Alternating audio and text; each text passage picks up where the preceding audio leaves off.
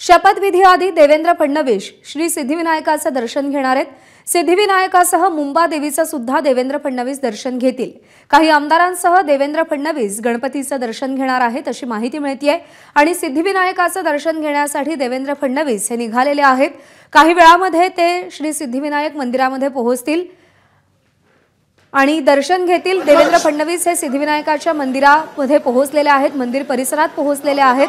आज गणपतीचे दर्शन घेणार आहेत। आज ते मुख्यमंत्री पदाची शपथ घेणार आहेत संध्याकाळी 5:30 वाजता आणि मुख्यमंत्री पदाच्या नव्या कारकिर्दीला मुख्यमंत्री पदाच्या दुसऱ्या टर्मला सुरुवात करण्यापूर्वी देवेंद्र फडणवीस हे सिद्धिविनायकाच्या चरणी लीन होण्यासाठी पोहोचलेले आहेत। अभिषेक मुठाळ आपल्याला अधिक अपडेट देईल।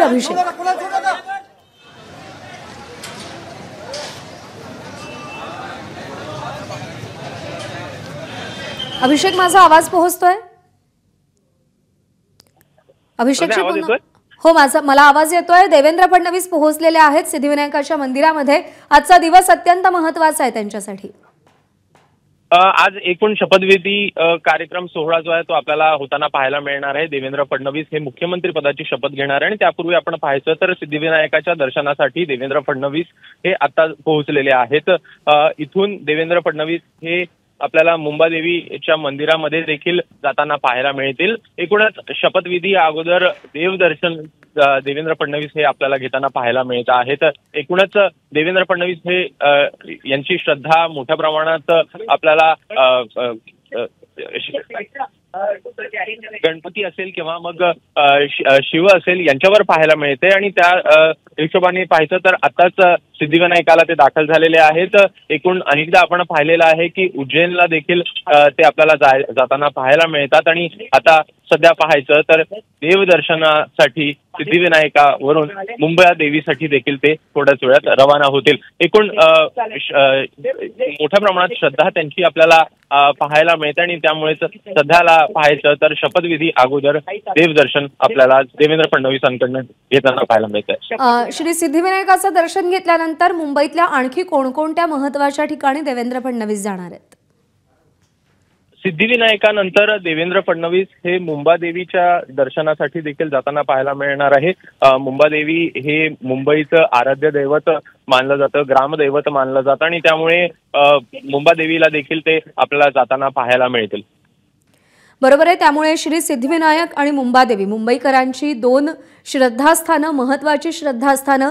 याच मुंबईमध्ये देवेंद्र फडणवीसांचा शपथविधी होतोय। आझाद मैदानावरती महायुतीचा शपथविधी होतोय आणि मुख्यमंत्री म्हणून आपल्या कारकिर्दीला पुन्हा एकदा सुरुवात करण्यापूर्वी, त्याचा श्री गणेशा करण्यापूर्वी देवेंद्र फडणवीस हे गणपतीच्या चरणी लीन होण्यासाठी श्री सिद्धिविनायकाच्या मंदिरामध्ये पोहोचलेले आहेत। मनोकामना पूर्ण करणारा गणपती म्हणून श्री सिद्धिविनायकाची ख्याती आहे।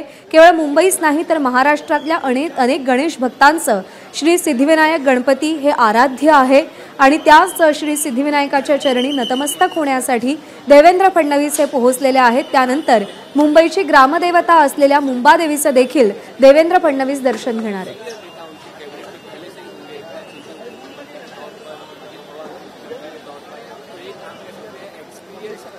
तर आपल्या मुख्यमंत्री पदाच्या पुढच्या टर्मची सुरुवात करण्यापूर्वी देवेंद्र फडणवीस हे श्री सिद्धिविनायकाच्या चरणी लीन होण्यासाठी पोहोचलेले आहेत। श्री गणेशा करणार आहेत ते आपल्या या मुख्यमंत्री पदाच्या पुढच्या टर्मचा आणि त्यामुळे गणपती बाप्पाचे आशीर्वाद आपल्यासोबत राहावेत म्हणून श्री सिद्धिविनायकाच्या चरणी लीन होण्यासाठी देवेंद्र फडणवीस पोहोचलेले आहेत।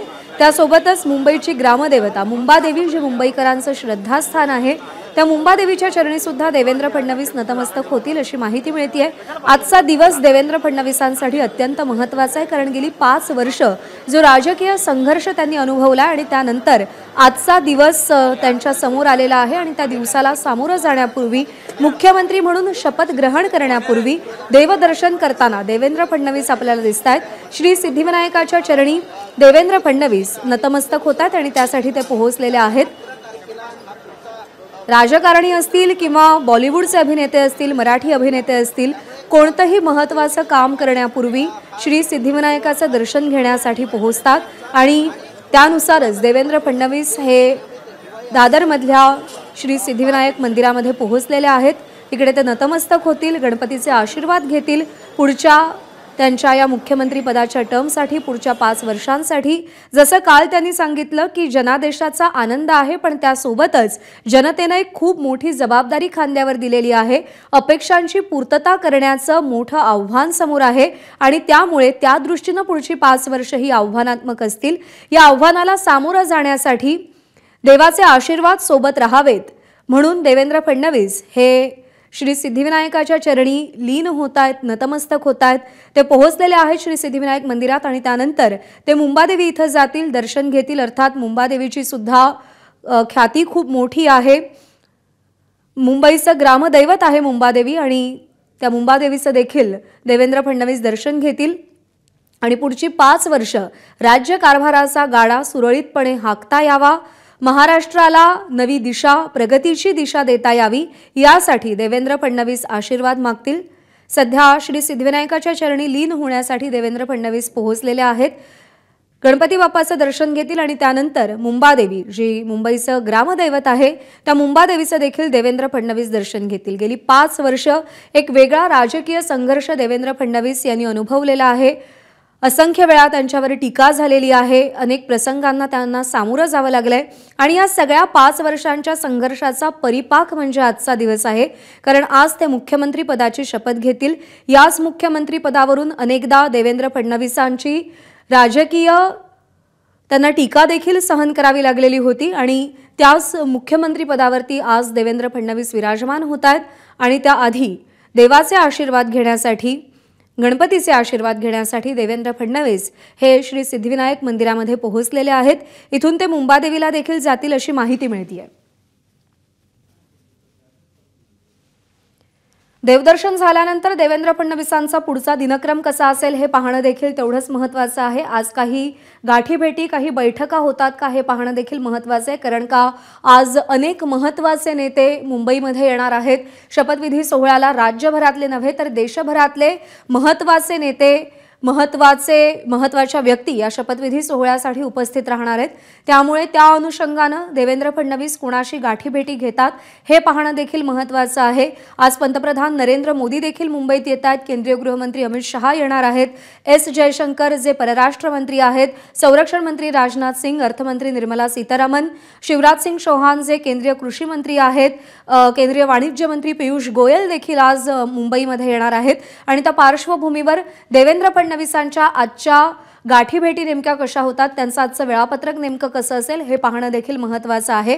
पण आज मुंबईमध्ये अनेक VVIP मोमेंट असतील कारण का महायुतीचा महाशपथविधी सोहळा आझाद मैदानावरती होतोय. संध्याकाळी 5:30 वाजता शपथविधी सोहळ्याला सुरुवात होईल. 5:15 वाजता पंतप्रधान नरेंद्र मोदी आझाद मैदानावर पोहोचतील अशी देखील माहिती आहे.